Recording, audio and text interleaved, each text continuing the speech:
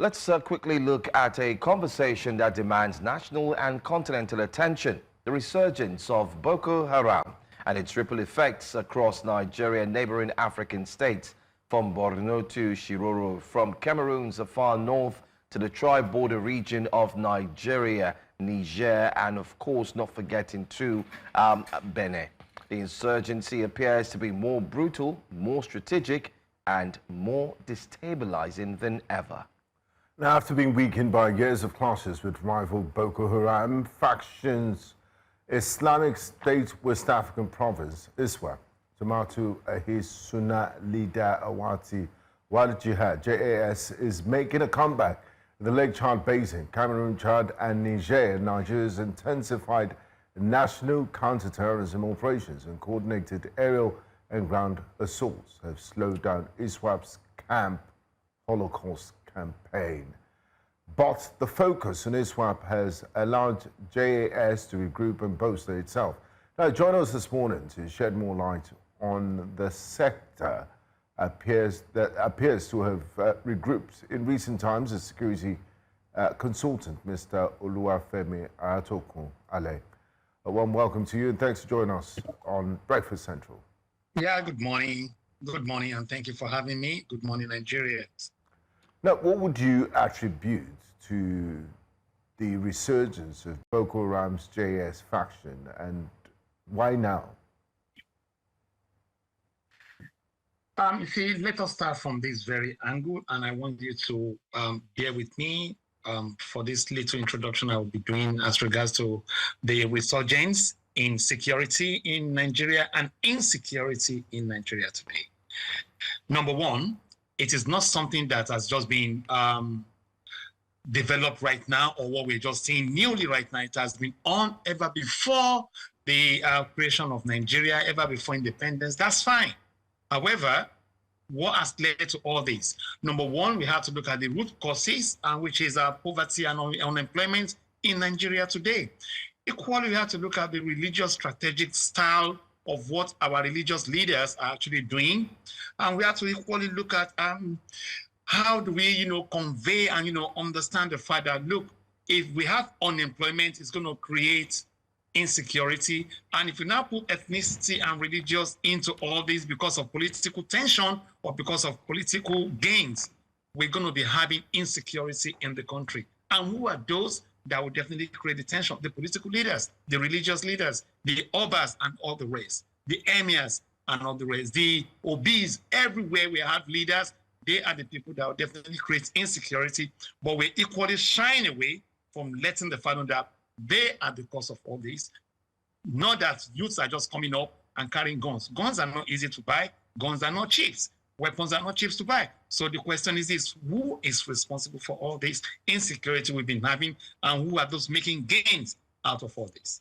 But then again, many would also disagree with the fact that in as much as there's job losses, or better still, there are no jobs, this doesn't mean that the youths should just decide to join, a particular gang and weaponize themselves. Many would say that Joe, I disagree with you. I won't let you go further on that. But where do they get the weapons from? Where do they get the weapons from? The country, Nigeria, the federal government, the interior minister, everybody is talking about do not do Japa again. When you tell people not to do Japa again, are you creating something for them that will make them stay? Are you giving them the wealth of opportunity of creation that will make them be more active in their own country? If you can answer that, then I'll agree with anything you want to say. Okay, so you disagree with everything that don't let people travel out, stay in your country, let us make Nigeria proud. That is fine. We all want to make Nigeria proud, but it's our political leaders making us proud as well is the question we need to ask ourselves today. Anyway, that can be arguable because the government will also state that they are providing options for Nigerians, and they are paying some monies into the accounts of some people, the most vulnerable, as they say, intervention and so on. But my question would be, in as much as we also have the youths who have been touted to join these terrorist organizations, there's also a review that's being asked by security operatives, not forgetting to well-meaning Nigerians who are saying there seems to be people who are fueling these organizations with either money, weapons, and so on. Can you confirm, or can you tell us who you think could be responsible for possibly ensuring that these terrorist organizations are growing in leaps and bounds and are not stopping anytime soon? Thank you so much for that question. It's a very critical and tense one that nobody wants to kind of put his or her head out there that, yes, I am solely responsible for this or that. But what I will say is this: when we have situations like this, obviously when there's insecurity in any environment, people want to cash in, people want to see how they can lucratively make gains out of it. That is one key thing I want us to really understand here. Yes, the moment there are insecurity, opportunities for people to, make gains will be there. However, guns are not cheap to buy, like I said. Bulletproof vests are not cheap to buy, like I said. Even to put fuel in vehicles or their trucks to move around are equally not cheap. So the question is this: who are the key factors behind the scene working to destabilize Nigeria? Who are the key factors working behind the scene to bring in outsiders from other foreign neighboring countries like Mali, Niger, Benin, Mali, and all the rest that you mentioned, and Lake Chad? Let us take Zamfara as a whole specimen here. Zamfara is rich in gold, but have you ever seen any Zamfara or the market area in Zamfara selling gold to their own people? But some people are cashing in, cashing out every day in Zamfara. So the question is this: who are the people in Zamfara doing all this? Do we say we don't have minister for mineral resources and oil or whatever that will definitely look into all this? Then the question is, what is the interior minister doing? Is it all about passport alone? No. How come we're having prison break every time? So what is responsible for all this? Key people are responsible, sponsoring the youth to perpetrate all these acts. I'm not saying that the youth are good enough to do whatever they want to do. I condemn all attacks, but the question remains: who are the key factor people doing all this? They know themselves, we know them too, but investigation should be told, at least call the names out. If you can call the names out, if you want to be transparent, then do it the right way. That is all I'm saying here. Now, Mr. Aratokun-Ale, there's a saying that if your neighbor's house is on fire, you don't go to sleep. And this problems of terrorism and insurgency is not only affecting Nigeria, it affects the whole tri-border area. We used to have this Multinational Joint Task Force, but it's collapsed. And I don't know what the current status is of the G5 Sahel group following the coups that we had in Burkina Faso and Mali. Can you give us an update on coordinated efforts by Nigeria and its neighbors, if there's a sort of joint security apparatus to deal with the problems of insurgency in the Lake Chad Basin as we speak? What's the current situation with regards to multinational cooperation? Yeah, thank you so much for this very question you just asked me. It's a very good one, and it's a very critical one as well, that the federal government needs not to shy away from. You see, the regional cooperation between our neighboring country seems to have collapsed due to certain reasons. You can see Mali, Burkina Faso, and all the rest pulling away from the G5, and you can see that Sudan as well is not really in line with us. And some other key Francophone countries or some French-speaking countries are not really in line with us because they want to have their own ideas. They want to build their own countries differently from what Nigeria is doing. Yes, Nigeria seems to have bilateral relationship with France ongoing right now, which is not a bad thing. But the question is this: do we have cooperation with our neighboring borders? No, we do not. So this equally has caused a very big problem that allowed now proliferation of arms, small arms and big arms, to come into the country just anyhow without no single accountability. Let us leave that alone. Let us now talk about weapons being, confiscated. Do we actually know where they travel from down to Nigeria? Have we done a proper investigation to now see where all these weapons are coming from so that we can block all these loopholes that we think we're having? Don't forget, we have porous borders around the country, especially within the northern area. Do we have enough manpower to actually support and protect our borders? No, we do not have it. This is why I'm calling on the government of today and the Interior Minister to equally look into what they think they can do in recruiting the honest Nigerians. Well-meaning Nigerians are youths to do the needful by doing what? Supporting and protecting Nigeria. But if there's no proper welfare, if there's no proper training, and there's no proper support from the government, we might likely not see all this happening. Anyway, let me also highlight that the military had also mentioned that Nigerians should get ready. They should be combat ready. In a recent interview where he said Nigerians should learn skills that can protect them. You know, yeah. Yes, I don't know. I'm not a martial artist. I like to be a realist. Have we gotten to that level where, I mean, first of all, what do you think about that statement in a place where we find ourselves, whereby we're struggling with insecurity? We're talking about the proliferation of weapons, arms, and so on. The borderless and border control is a big problem. Food inflation, youth restiveness, and so on. And then the message we get is go and learn how to fight. What does that do naturally? Or what can it do to Nigerians looking up to the government to secure their lives and future? Thank you for this very question. And I think it's raised a whole lot of funny caricature and a whole lot of things on social media platforms across board in Nigeria. But I will let you understand one thing today. Femi is not a paper security consultant. I'm a pragmatic and practical person when it comes to certain situations that has to do with how we should protect ourselves in Nigeria. And this is one key thing I'll tell you. Yes, self-defense is good, but how do we carry it out? How do we fund self-defense? Because self-defense is not just how to kick or, guard each other from any attacker, but there are some technical things that needs to be done. There are some technical things that needs to be thought as well. It is not just about kung fu or karate. No, it's more than all this. So the government is really not coming up to elaborate as in what sort of self-defense tactics we should use or how we should equally give the security awareness needed in our community to all Nigerians. It is not just by talking, but it's by acting. But sadly, what we find in Nigeria is we just talk, we don't act.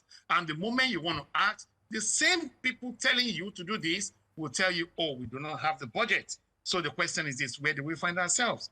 Don't let us just pay lip services or do things that we know we cannot do, all because of political gains. Let us do it the right way, and let us see how we can go from there. Yes, the country is really, really in their need of solutions. The solutions are all over there, but the government is really, are the government ready? Are the people in charge equally ready to carry out all these tasks and make it happen? That is the question. And my question will go to the Chief of Army Staff, Defense Staff, and the Interior Minister, because it's part of his job. It's not just sitting there or just living only in Abuja. Go to other states and see what is going on. Go to other states and get your hands dirty with other security men and women that we have so that you can understand what we do need in terms of securing life and properties in Nigeria. It is not just by going to conferences or summits. That is not what we need in Nigeria today. We want to see our working ministers working, like the Minister for Road Construction or whatever is called, Mr. Uma here. Let us see others working as well. Let us see the Ministry of Education, let us see the Minister of Education doing the same thing as well, educating others. Let us see the National Orientation Agency orientating us on new ideas that will make our security work. They need to work hand in hand together. If we don't work together, then things will not happen the way we want it to happen. President of Nigeria, Bola Ahmed Tinubu, has given the mandate, has given the direction. He believes he's giving the capable ideas to people that can work, and he's giving them the budget and whatever. So the question is, what are we doing with all these budgets given to us? What are we doing with all this money given to us to support and make sure that Nigeria is safe? A secured country will bring in better investment. But an unsecure, when we have insecurity in a country, obviously investors will run away. And that is exactly what we're saying that is driving unemployment in Nigeria. Now let's look at the Nigerian security situation. If you take a prognosis of our issues, it's multifaceted from trans-border insurgency to banditry to farmer-herder clash to, I mean, to all sorts of crimes. And when you look at it, sometimes you have a feeling that, look, because every other week there's an attack somewhere and the other, that the government is overwhelmed and they don't have a hold on this security situation. In the last 1 week, for example, over 100 Nigerians have died in different parts of the country due to security issues. And the number one responsibility of every government is to protect lives of its citizens. Having said this, do we have a manpower problem? And the government recently touted the introduction of state policing as a panacea to dealing with our security issues. What do you make of that? My first question is, do we have a manpower issue? Do we need to recruit more people into our security services? And will state policing solve some of our security challenges, or if not all? You see, thank you for this question. And 2 months ago, when I was in Nigeria, I was interviewed on this same question you asked me. Yes, we have manpower issues in Nigeria. And again, I will say, no, we do not have manpower issues in Nigeria. But the problem we do have is, do we pay our security services the worth of what they are working for? When a security officer is being paid 30,000 or 40,000 or as low or below 30,000 in a month, how do you want him to work with all or with our hearts? It's not possible. When you have a security officer that you're giving fake materials to work with, how do you want him to put his head and heart there to work? It is not possible. When you have a security institution that cannot even fund training, how do you want the personnel over there to work? How do we measure our KPI? That, okay, things are really working the way we want it to work. How many security private personnel do we even have in the country that Interior Minister can say, you know what, this is the number? We don't have the data. How many police officers do we have in each state? How many are being deployed to protect the VIPs? Is it their jobs? No, certainly not. But they are doing it right now because they want protection. The member of the public want protection, but the manpower is short. What is short in the manpower? Because the government is not investing in the right place they are meant to invest. That is exactly why sometimes we have the prison jailbreak and a whole lot of things that is happening in the country today. It is not meant to be so, but we need to have a different strategy to make it happen. We need to have a different strategy to make it work. Let me ask you a question right now. I'm live on air and everyone is listening. Have we ever thought about our criminology students in Nigeria that they can equally plug in and fill in these gaps? Oh yeah, they can do it, but we're not even recognizing them at all in the first place. And we have well over 50 universities offering criminology studies in Nigeria today. It is a lucrative business abroad and everywhere, but in Nigeria, it is a disaster. And we keep talking about insecurity in the country. No, it's not worth it. If we want to raise this manpower, the manpower is there, but we're not just investing into the right angle that we're meant to invest into. Honesty and transparency can only make things work in Nigeria. Very deep thoughts there that you've shared, because if one is not well paid or well remunerated, nobody wants to sacrifice his or her lives, especially what we're seeing with the police officers being owed salaries. And just last week, we saw former military personnel, protesting on the roads, on the streets, and asking that they be paid their arrears. But then again, my final question, I'd like to take you outside of this, because you did mention manpower. And I remember one of our conversations earlier on in the course of this interview was on the youths. They're not available. But I'm sure you've seen a footage I'm about to show to you on the screen right now. I'd like you to just take a look at this. This is Nepal.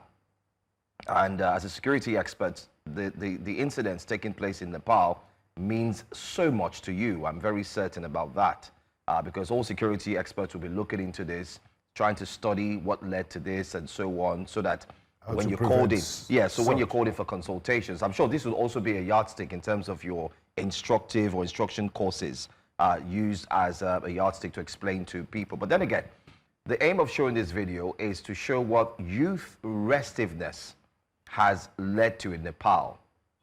let's bring it back home now. That will be my final question to you. What can Nigerian leaders learn from the footage we've seen there and the incidences in Nepal in regards to youth restiveness and, of course, not being able to curb insecurity?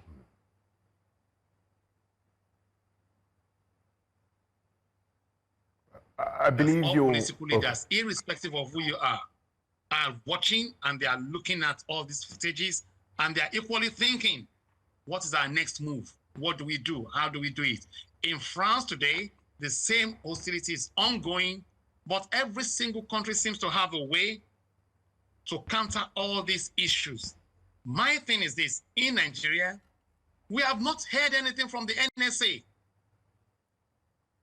Let us leave this chief of defense staff alone. Our NSA is actually not working in Nigeria. If our NSA is working in Nigeria, then this should be a proper time to let us know how to connect with the police, with the civil defense, and other private security agencies that we have. Sadly, we're not seeing that happening. Until we start seeing NSA coming around and going to places to start working, then things can be done. Do not forget, in Nigeria, we have what we call the CLTC, Citizenship and Leadership Training Center. I was there, and I saw things myself, and I know there are opportunities in Nigeria that can make Nigeria security great, that can provide the employment and reduce unemployment in Nigeria today. But if we do not work and do things the way it should be done, and leave politics alone, and try to be partisan about the whole situation, then we might have a serious problem at hand. We might. Don't forget, it's happened before during the NSAS and Lekki tollgate and all the rest. So it is not new to Nigeria when it comes to destruction of properties and stuff. But I will never support the destruction of our government properties or killing of people and stuff, or damaging of properties, because at the end of the day, through our taxes, we're still going to pay back. But the question is, let us come together and join hands with the whole youth, with the youth we have in Nigeria today, and listen to them.